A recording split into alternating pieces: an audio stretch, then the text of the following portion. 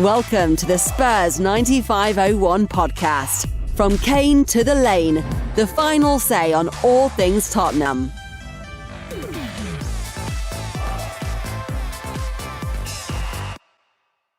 Everybody, welcome back to the Spurs 9501 podcast. This is Ray in London. I've got a new guest with us today, a fan, Eric, based in the US. Eric, welcome to the show. Hey, nice to meet you, Ray.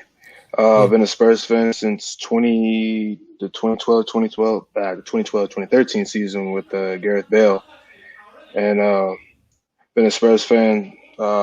First game I watched was the Sunderland game. I was going to ask you, give us a bit of an intro on yourself and how you became a Spurs fan and, you know, what brought you into Spurs and how long you've been supporting Spurs. So I first got into soccer in general, or football, I should say, because I know this is an English audience. Yeah. Back in like 2011 with the Houston Dynamo MLS team here. Yeah. And but no, it was actually Southampton. I happened to turn on ESPN one day and I saw it was Tottenham versus Southampton. Yeah, and it was back when Andre Villas-Boas was coaching, and the way like they pressed and it was high attacking, high intensity. Like I was attracted to it because I've never seen football played like that. Because here in the US, well, back in the day in the MLS, you know, it was everything slow. It was always long balls, but the way they played it, I just got used to it. And long story short, I happened to turn on ESPN another day, and it was Tottenham versus Sunderland. And that's when Bale scored another goal. And I just happened to see Tottenham twice. I'm like, okay, that's my team. And I started playing with them. I feel like that's my level. So, yeah. I bet you're wishing that Chelsea or Arsenal had been on that time and you might actually have won something with those guys. But there you go. Yeah. Once a fan, always a fan. And, you know, it's funny because after watching that Sunderland game, I'm looking on TV. I'm like, why is everyone so sad? And that's when Arsenal qualified for the Champions League when they beat Newcastle. When we had 72 points and still missed out. Yeah, okay. Yeah. So it's great. It's a great story on how you became a Spurs fan. That's excellent. So tell us a bit about, what do you think about the new signings we've made? So Christian Romero, you know, Brian Hill, Galini. What do you think about the new signings? Obviously, I think Galini is going to have a grooming role. I feel like Lloris maybe has a year or two here. I mean, he's 34, correct? Still a captain. I feel like he's going to have a grooming role. He's going to learn on Lloris, and sooner or later, I feel like he will be the next starting number one for us. Brian Hill, I feel like he's going to take a lot of time. You know, thinking he's like 20 years old. Yep. And just came back from loan. You know, obviously his club was Sevilla.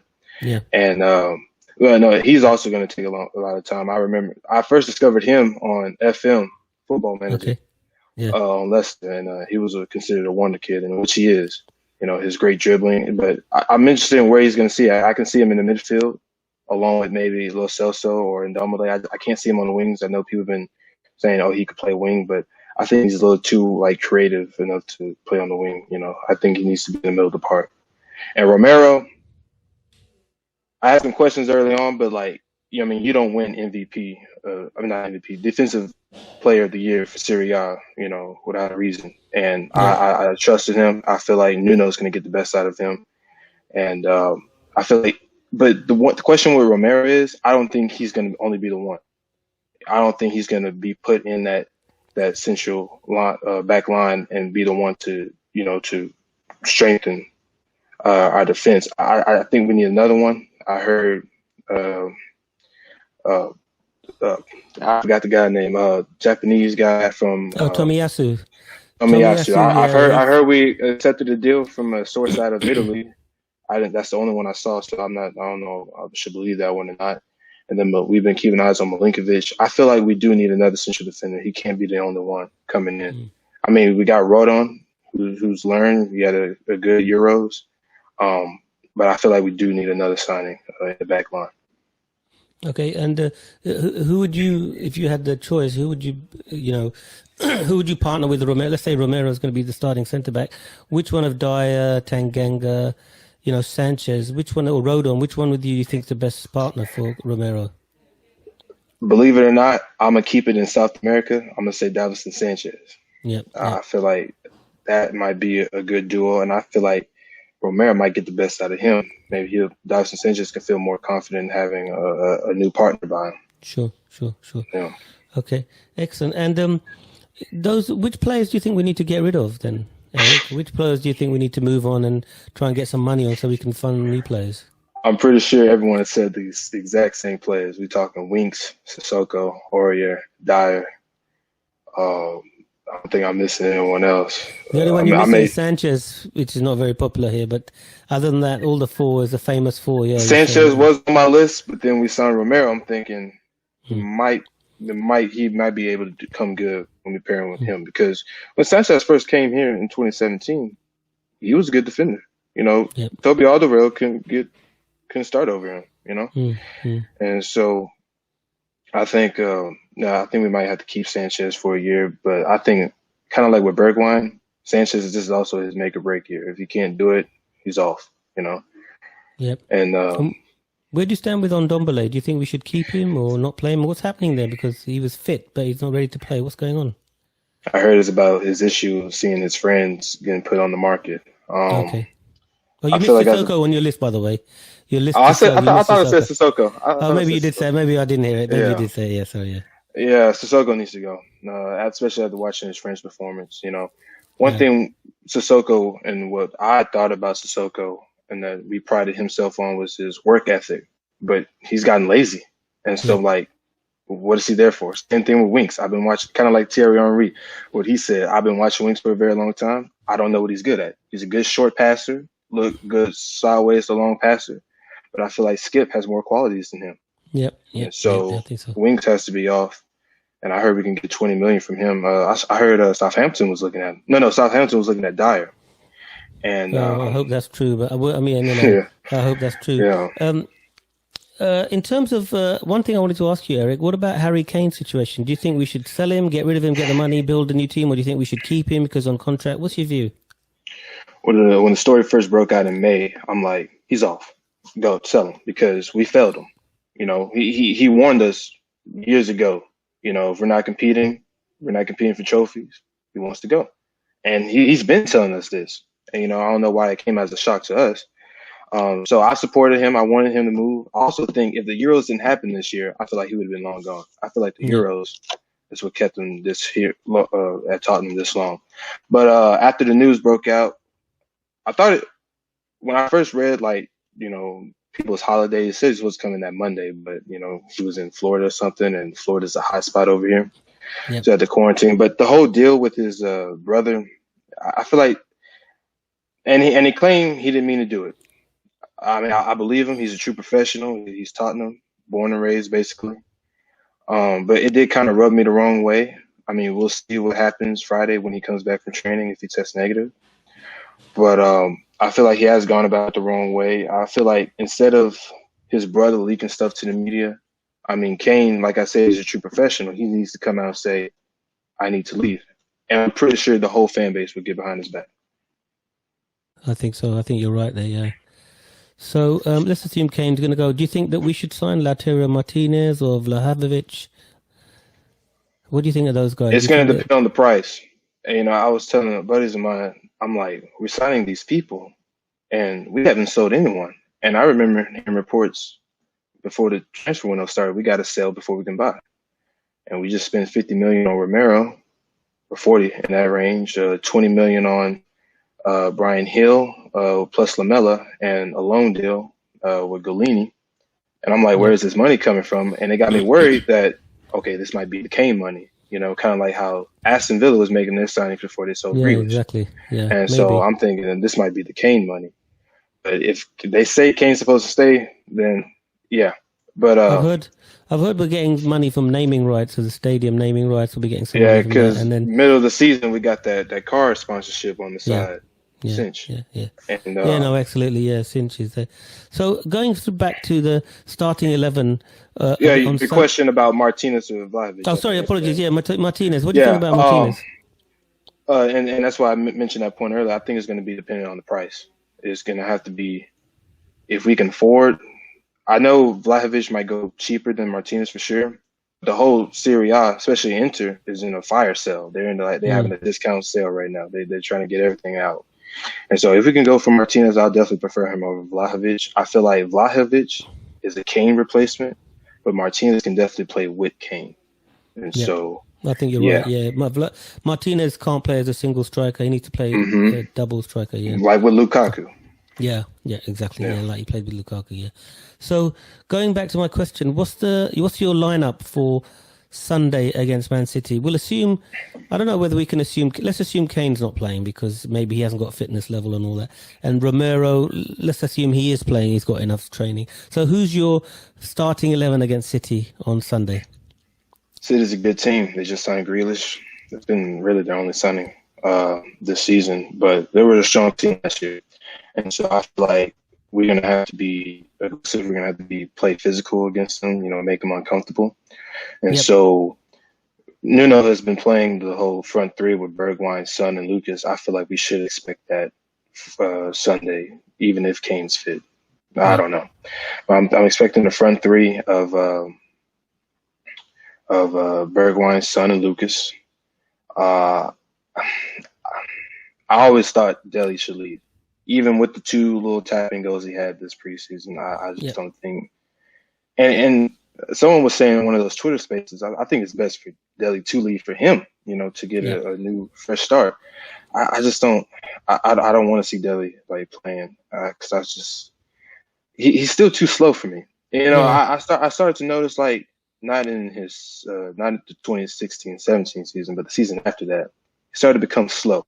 I've heard people say he has break for a foot, and but yeah, I feel like Lo Celso should be fit. I want Lo Celso in the team. It should be the midfield part. If we're playing a holding, which we probably are, it should be Lo Celso, Hobier, and Skip.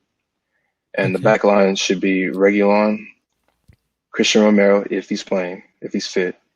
Christian Romero, Davinson Sanchez, and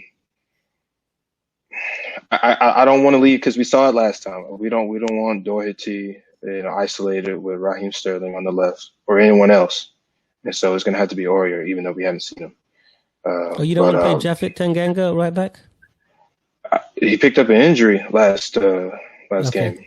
Is he fit? So I'm not sure, but if he's not fit, then you'd have to put Aurier there. But Aurier wants to leave, doesn't he? I think he's trying to get away. He does. He wants to leave. But if Tanganga is fit, Tanganga is going to be a right back because that Manchester City game, Tottenham game with Mourinho, he played on that right side. And excuse me, played on the left side, I want to say. But we've seen him gone up against fast, quick wingers, and he can handle himself. So, Tanganga at right back if possible. Yep. And, of course, in goal, Lloris. Lloris in goal, yeah. So what's your score prediction for Sunday, Eric?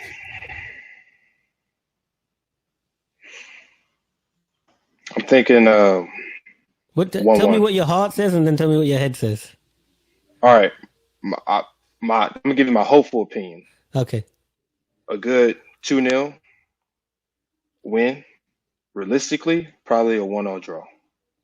Okay. So you think, a draw I think would be a good result for us. They're potentially first game of the season. Yeah, exactly. Yeah.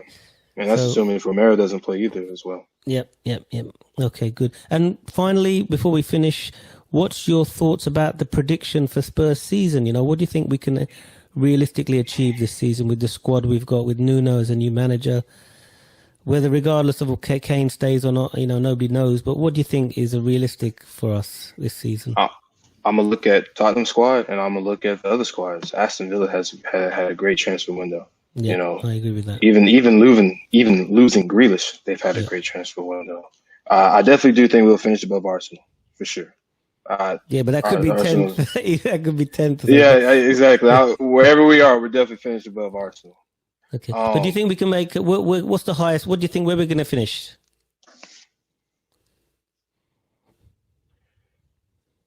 I don't think we're going to get top 4 this season. Okay. So are we going to get top 6 or top 8? What are we going to finish? It's going to have to be between at best, we can get 5th, but I think 6th to 8th is our zone this year. It's sad to say it, but I'm thinking realistically. But this is my prediction here. I know probably maybe I'll give you another prediction, maybe 5 games in. We got to see what Romero's like, and if Kane stays and all that, and supposed to be getting 2 more signings. Yep. Nuno said he needs 2 signings. I don't think he needs 2. He wants 2, but I think we need Minimum, I think he needs to, yeah. And what about the cups, Eric? Can we win any of the cups, like the Europa Conference League or the Carabao Cup or anything like this? You know, pretty low bench, but I mean, what do you think? We could win the Carabao Cup. We could win the FA Cup. We could win the Europa Conference League. Those are all winnable competitions, especially the Conference League, you would think. But for Tottenham. But I don't think the FA Cup, because, you know, usually I remember we went back to back, but usually lately around the FA Cup, when the FA Cup would come, we're always plagued with injuries already. Yeah. The squad's tired, and I feel like we might get knocked out of the FA Cup if we don't get a lucky draw or nothing like that. Sure. The lucky team from the bottom leagues. But Carabao Cup is an absolute, we need to go for it. And Europa Conference League, I feel like if we don't win the Conference League, we fail, So Yep. That's something we should win. Absolutely. And some final words for our fans before we close the podcast, Eric? Any final words of encouragement for our fans? What's your final thoughts? I'm gonna try my best. So when Pochettino and Mourinho was here, we had our expectations high. Pochettino did that to us as fans. Yeah, he put our expectations high. He put our expectations high in the squad. And Mourinho, my expectations were still high because he's a world-class coach.